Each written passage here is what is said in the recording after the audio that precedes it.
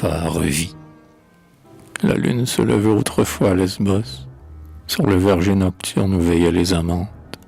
L'amour assasié montait des eaux dormantes et sanglotait au cœur profond du Cerbitos. Psappha saignait son front d'auguste violette et célébrait l'Éros qui s'abat comme un vent sur les chaînes. Attis l'écoutait en rêvant et la torche avivait l'éclat des bandelettes. Les rives flamboyaient, blondes sous les pois d'or, les vierges enseignaient aux belles étrangères combien l'ombre est propice aux caresses légères et le ciel et la mer déployaient leurs décors. Certaines d'entre nous ont conservé les rites de ce brûlant Lesbos doré comme un autel.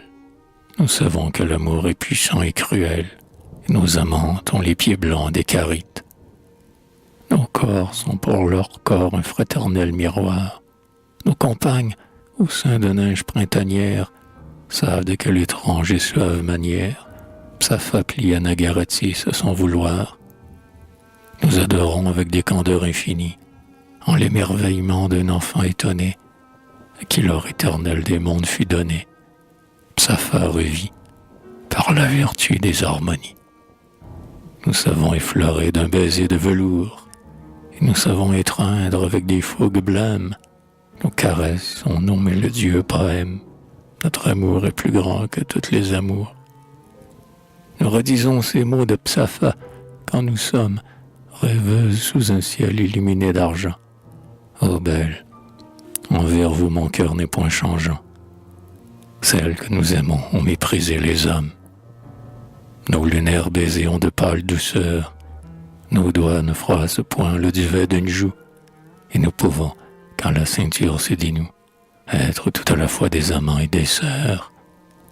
Le désir est en nous moins fort que la tendresse, et cependant l'amour d'une enfant nous dompta, selon la volonté de l'âpre Aphrodite, et chacune de nous demeure sa prêtresse. Psappha revit et règne en nos corps frémissants. Comme elle, nous avons écouté la sirène, comme elle encore, nous avons l'âme sereine, nous qui n'entendons point l'insulte des passants. Fervente, nous prions, que la nuit soit doublée, pour nous dont le baiser craint l'aurore, pour nous dont l'éros mortel a délié les genoux, qui sommes une chair éblouie et troublée. Et nos maîtresses ne sauraient nous décevoir, puisque c'est l'infini que nous aimons en elles, et puisque leur baiser nous rend éternels, nous ne redoutons point l'oubli dans l'Hadès noir. Ainsi, nous les chantons, l'âme sonore et pleine.